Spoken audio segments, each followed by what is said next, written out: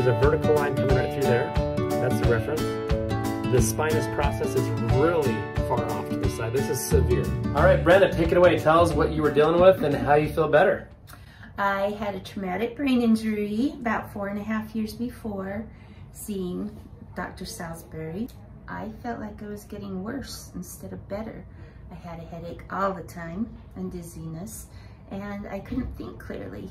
So I sought out some doctors, not seeing any results. Finally, I went to the Amen Clinic, saw Dr. Lowe, who diagnosed me with cranio-cervical syndrome. Cranio-cervical syndrome, that means cranial is skull, cervical is neck, and syndrome means there's a problem here and it can affect all sorts of symptoms. The CSF, yeah, cerebrospinal fluid is the fluid that bathes the brain and the spinal cord, yep. And if that's not circulating, your brain can't work right. And so he told me to find an Upper Cervical Chiropractor. What kind of a doctor was this, he said? He was a psychiatrist. So the psychiatrist at the Amen Clinic. Mm-hmm. And you'd live here in Utah, but you traveled to California to go do this, right? I went to New York. Oh, New York. So the Amen Clinic, they're a very well-respected group. They do a lot of good. They do a lot of SPECT scans, looking at the brain. They gave you some good treatments, some good supplements to help the brain function and things like that.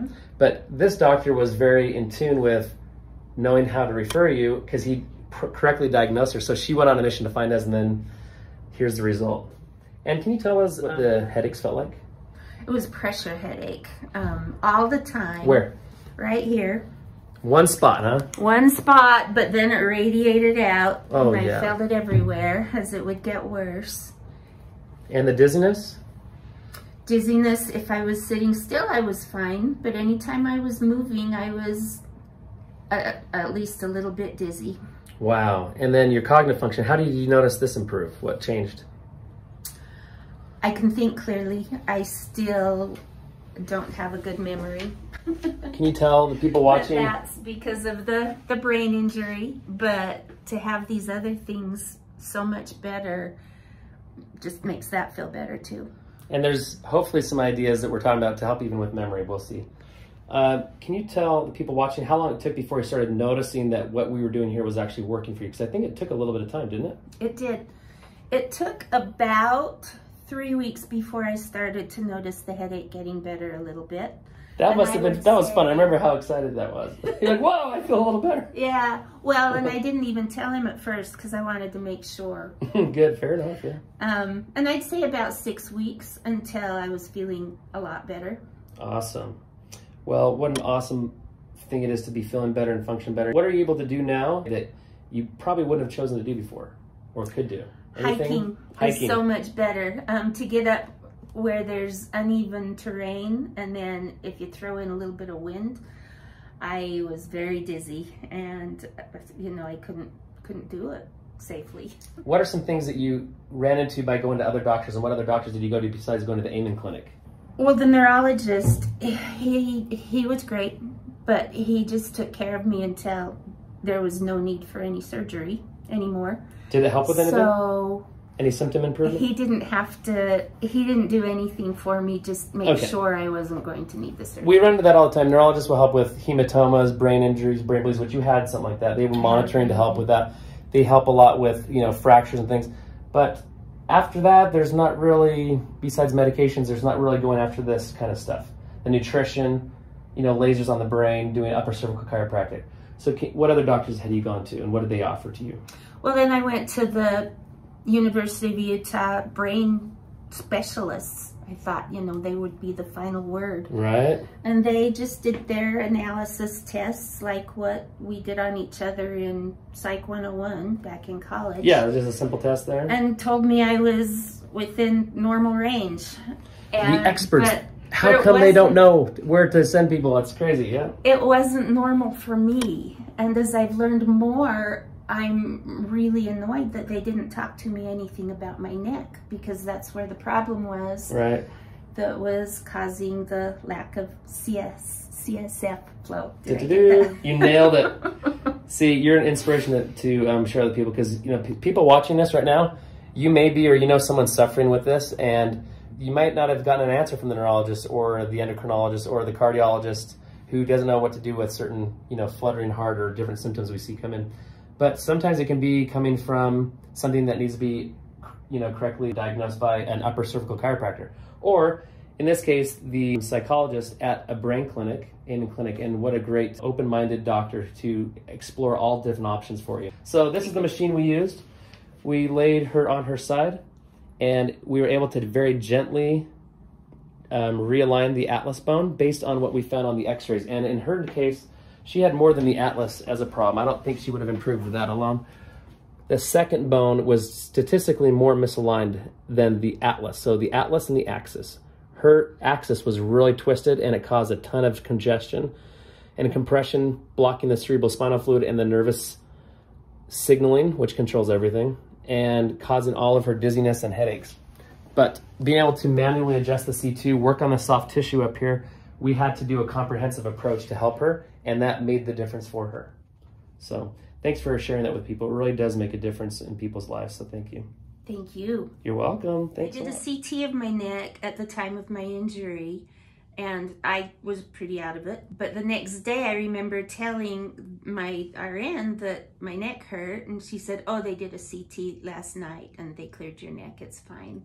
And, I was kind of out of it on some level for several months after that. So I remembered they said my neck's fine, so I didn't think anything more about that. Yeah, so her neck was still there. They looked at it and they said there's no big tears, there's no fractures, is what they said. So they checked that box. They don't go back to look at it. That was the epicenter of her condition, as it is for a lot of our patients who are dealing with ongoing cognitive functions or problems with pain or issues. Many of our patients do not even have neck pain. She luckily had it to help her indicate that she had a problem there, right? Didn't you? Or did you? No. Oh, I did not. She didn't even have neck pain, right? So I forgot she had this pressure up here, but there was no. for a good year. Right, but then it kind of went away. Yeah. So it's not easy for a doctor to, oh, we should look at your neck because there's no symptom there anymore, and they've already checked that box. So just keep in mind for yourself, you have to get as many different eyes and hands and analysis on your condition, and never give up. Because a lot of our patients, like Brenda here, she went relentlessly going to different types of doctors, not just taking one of their word for it. And every one of us has a certain perspective that needs to be taken into consideration, but never stop searching, because you will find an answer and you're going to feel better. Just have that understanding and hope for yourself. So never give up, okay? So thanks for telling us that. Thank you. You're welcome.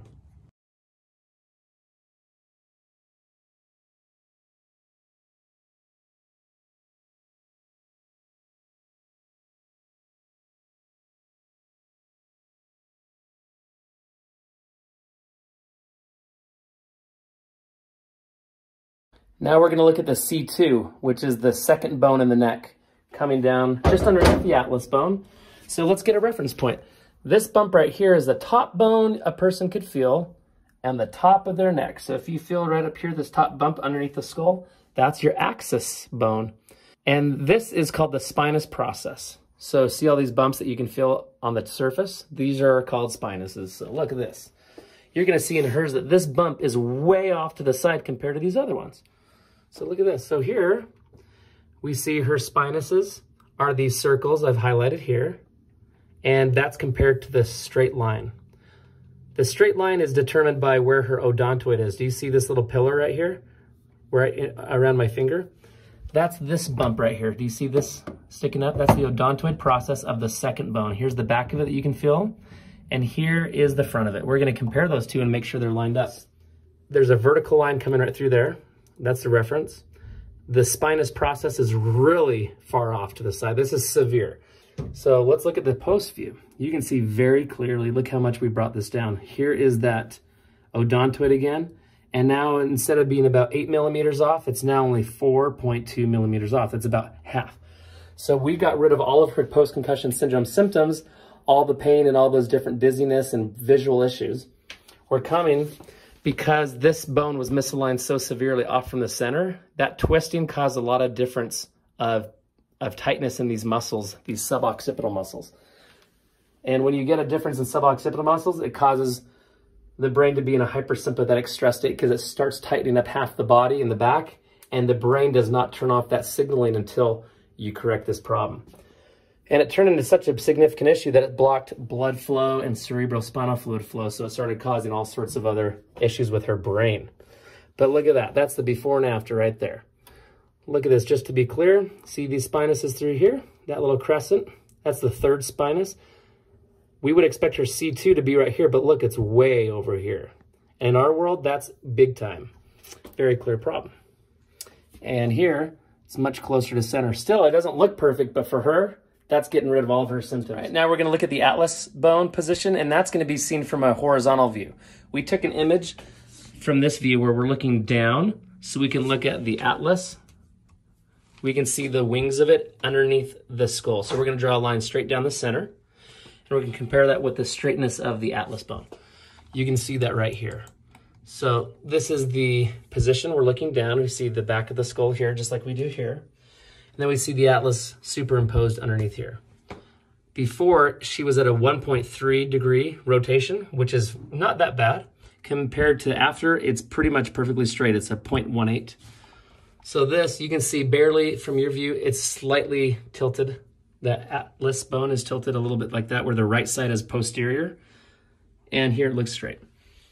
So that wasn't her main issue. Her main issue was the second bone, like we saw, the axis.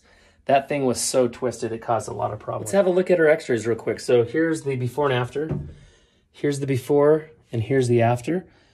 A lot of this is really hard to express through the video here because some of it looks subtle, but it's very, very clear, the improvement. So here's the before image where you can see there's a green line, and I'll zoom in a lot so you can see there's a green line here, which is just a neutral line that goes through the whole image. And then this yellow line is the center point from the bottom part of the neck compared to the top of the neck. So that would be looking at the bottom here. I have a dot on either side, and we look at the center point. So hers was migrating off to the side, just slightly. See that yellow line? It's just a little bit off. And then we can also see this yellow line of the center point of the skull is not lined up. Look, you can see here on the post image, see how the yellow line looks like it's as vertical and straight as the green, the reference line? That's really cool. So here we see that there's a problem with the center point of where the skull is and where the neck is. And then look at this. Here's the atlas line. It's off from the center. It's tilted, so this right side is a little bit elevated. Here, it's much more straight. Now we can see that here. That's called the FA line, frontal atlas line. That's a 2.91 degrees tilted from the horizon, and here it's 0.1. Which one's better? The 0.1, it's almost 0. So that 2.5 degrees or almost 3 degrees is brought almost perfectly down, centered and straight. And that happens with all these other differences. So we're always looking at angles here. The difference between this line and the atlas angle on this side, we want to see what those values look like. It started at a 4 and now it's, you know, 0.57 degrees. Much, much better. So her neck has clear difference between the spacing. Between these vertebrae, which is great, that's where the disc would be. These ones, it's been compressed so much that, you know, with that loss of joint space, there's some degenerative discs on the MRI. If we were to see that, we would be able to tell. So there's this space that's been diminished here. Here, so look at all that space. That's beautiful. We see really clean, nice lines or borders around these vertebrae, indicating that the bones themselves are pretty healthy, but due to trauma, there's been some wreckage here. And we see the neck, instead of having a nice curve in here, it's actually not just straight, but it's actually reverse curved slightly. That adds a lot of additional pressure and contention up here between the skull and the atlas bone. And then the second bone, there's too much compression in the space. We need to do a lot more chin tuck exercises, which would pull the chin in here and create more space with the skull up here to leave the atlas from having compression.